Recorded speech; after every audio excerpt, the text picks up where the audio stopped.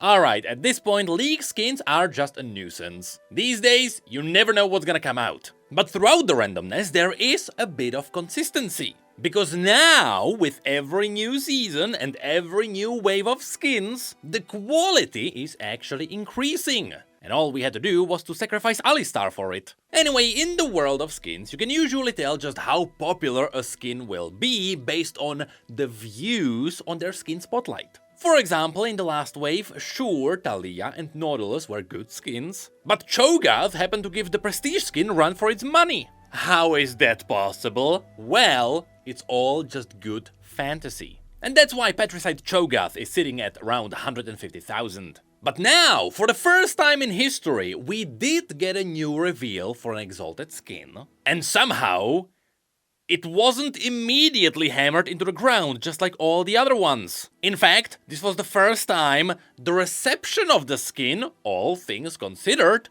is pretty good. Which again got reflected by the views on the skin spotlight.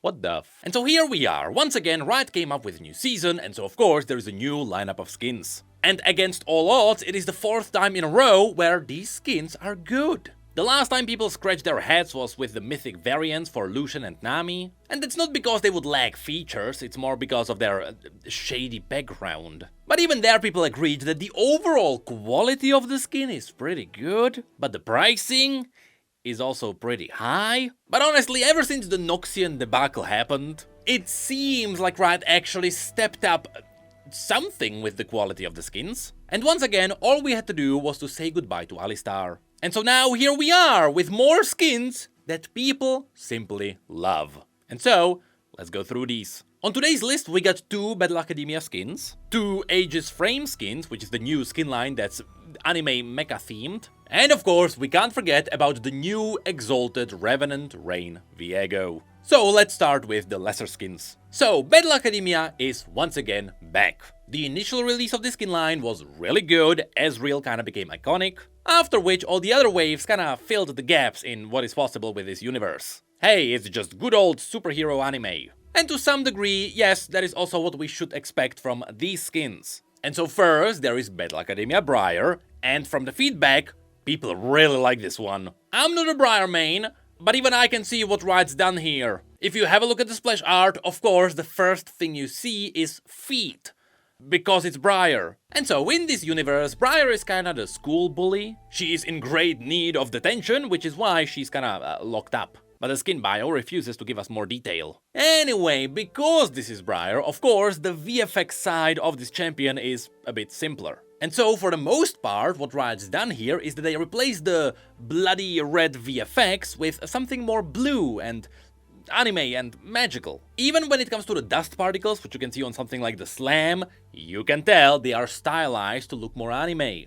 The same thing also goes for the Shout, but when we get to the ultimate, that one got a lot more visible, which could technically be a disadvantage. But when she lands it, the blue magic on her back makes it look a lot more like she's a fighter jet now. Hey, Riot, there is an idea for Mecha Briar somewhere. And her frenzy makes her really flashy with those giant magical daggers. So overall, again, while it's nothing revolutionary, it is still turning the classic red Briar into something different. And yes, the entire skin is even more customizable through the chromas. So I say this is a pretty big success, which apparently the Briar mains also agree. But then there is also Samira, who is the professor of the school where Briar is. Remember, there is multiple schools in this universe. And in contrast, of course, Samira is all about the VFX. I mean, it is a champion that is all about the flashy combos. And so for the most part, here Riot changed all the red effects into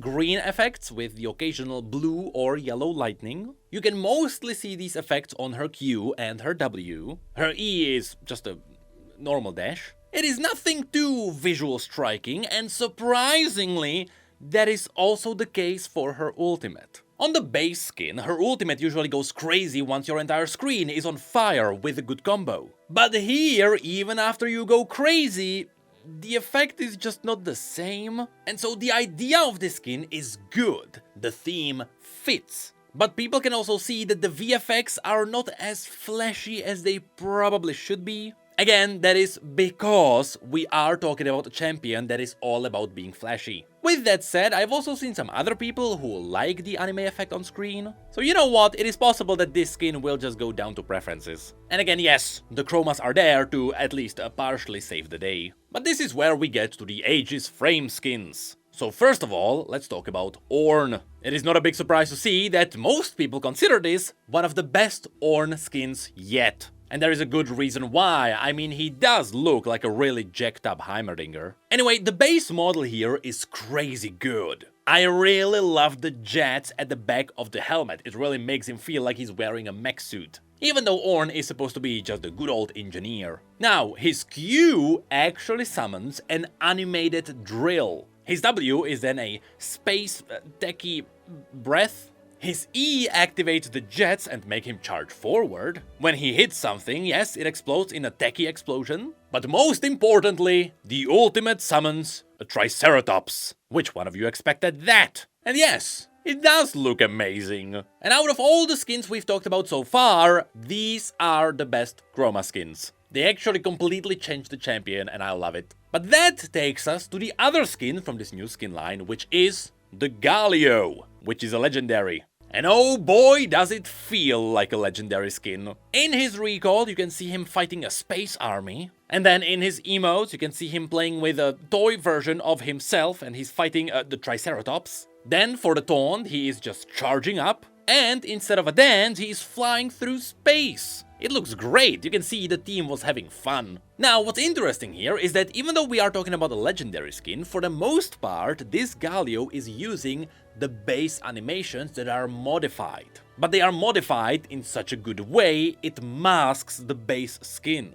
For example, for his Q, his wings unfold into a turret that shoots missiles. Then his taunt shapes the wings into a proper mechanical shell. His E is kinda just a charge, but his ultimate really gives me PTSD of a nuclear launch detected. I'll be honest, those visuals look really good. But yes, they are also very visible, which technically could be a disadvantage. And yes, because this skin is a love letter to Galios, it does also include a really cool Easter egg. This is something that people will never normally learn about because it is not shown in any of his animations. But because all the mechanical plates on the Galio are animated, underneath all of them there has to be a base skeleton. And if you have a look at the 3D model specifically and you have a look at the skeleton, you can actually see a tiny Lux inside the skin as the pilot. Again, you can tell the team was having fun, because you can only see this if you have a look at the model somewhere else. Sure, it is possible that you can only see a bit of Lux during one of the animations, but there is no way you will see it in the game. And yes, even the chroma skins for this skin are quite good. I like how varied the red, yellow and green are, and the rest are once again just hues of pink and purple. But this then finally takes us to the big surprise, which isn't really a surprise because we've known about this skin for a while, which is the new Exalted Viego. Now, in case you didn't know, this skin was actually delayed. We can assume it was because of concerns with quality, but now that we get to see the skin, those waits were worth it. In fact, this is the first time in League's history where, despite this being an exalted skin, people really like this. Which may also be an issue, because now that people like it, they are mad even more because they really want the skin and they can't afford it. But yes, this is the first time where Riot revealed an exalted skin, and it's really good. There is one catch, but we'll get to that. But yes, this all started with Jinx. Now, because Jinx was the first exalted skin, people tried to boycott it, and it didn't work. Then Mordekaiser came out, and the quality was just not there. Then Morgana came out, and that skin was pretty quickly forgotten. And now we arrived at an exalted skin that is pretty clean, and that is because Riot worked on this one for a while. So, because this is an exalted skin, of course, it has to have multiple forms. That's kinda what exalted skins are about these days. It's the ultimate Lux, just really expensive. And so in Viego's case, his form changes through the blades. and you can change the blades depending on whom you take down. Now, as is the case with modern Exalted skins, yes, there is also a new spawn-in animation, where Viego defies death and slashes the screen in a cool way. Now, his base form is the red sword, which makes him look like a Sire Denathrius. And no matter what form you are in, his recall will always show you all the swords, and his joke will also try to carry all the swords, with the joke being that how can he carry that many swords? The taunt then showcases the sword that he's currently holding, and his dance is thematically a dance of blades. Anyway, on all of these swords, you'll see how over-exaggerated the animations are. It is just classic stretch and squash, but you can see the animators really had fun with this one. On the red sword, it's not really that visible, but on the other ones, it's really cool. Anyway, yes, the auto attacks and the Q are very flashy, because these are the bread and butter. Unfortunately, his W seems to be the same no matter what form he is in, and this is also the case for his E. Now, his E summons a river of souls, which looks amazing. But anytime you are visible in the stealth, your outline is red. And this is the case even if you have forms with the other colors. No matter what's happening, you're red. And while I really think Riot has to make it so that the color of the stealth changes depending on the form, I also understand why Riot likely made it this way. Let's say you are the enemy, and let's say you are a newer player. In this case, anytime you face this skin, you see a champion that is in stealth, and every time you see them, they are different color. Is it the same champion? Is it something else? Who knows? You're a new player. So I can understand just how inconsistent this has to be to the enemy if they have no idea what's happening. Although there is an easy way to fix this. You can make it so that the stealth outline is always red for the enemy. But for everyone else on the friendly team, he's gonna be changing colors with the blades. If you do this, it should all be good. Anyway, since we are talking about Viego, of course, his ultimate looks great. And that is where the new mechanic kicks in.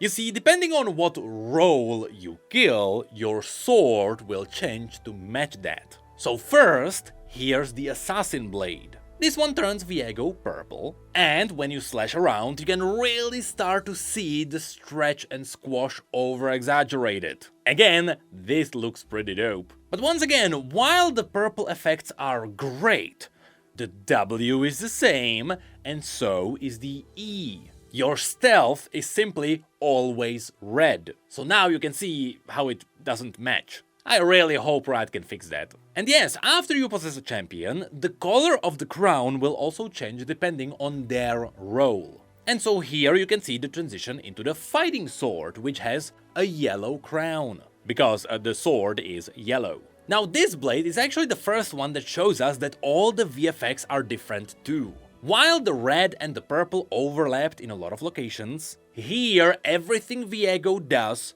turns the magic into holy fire. And honestly, it looks really awesome. And so everything is new, outside of the W and the E, and yes, the stealth is red. Although you can see that the ultimate also got some new holy runes around it. Which then takes us to the tank sword. This is the one that really underlines the fantasy of holding different swords based on the roles. Because this really makes the sword feel heavy and mechanical, because it is a tank. And because it is supposed to feel heavy, it is also just throwing chunks of rocks everywhere. The impact is really visible. As a nice detail, the sword is also moving around as if it was part of a living forge. And I can't believe the game can handle so much memory all around this skin. Anyway, the fantasy of this blade is great, but the W is the same, and so is the E, and the stealth is red. Also, the ultimate looks more like a fire strike rather than a meteor strike, and I'm disappointed. Anyway, this then takes us to the mage sword, which really feels like a mage sword. You can see all the magical cosmic lightning coming out of it.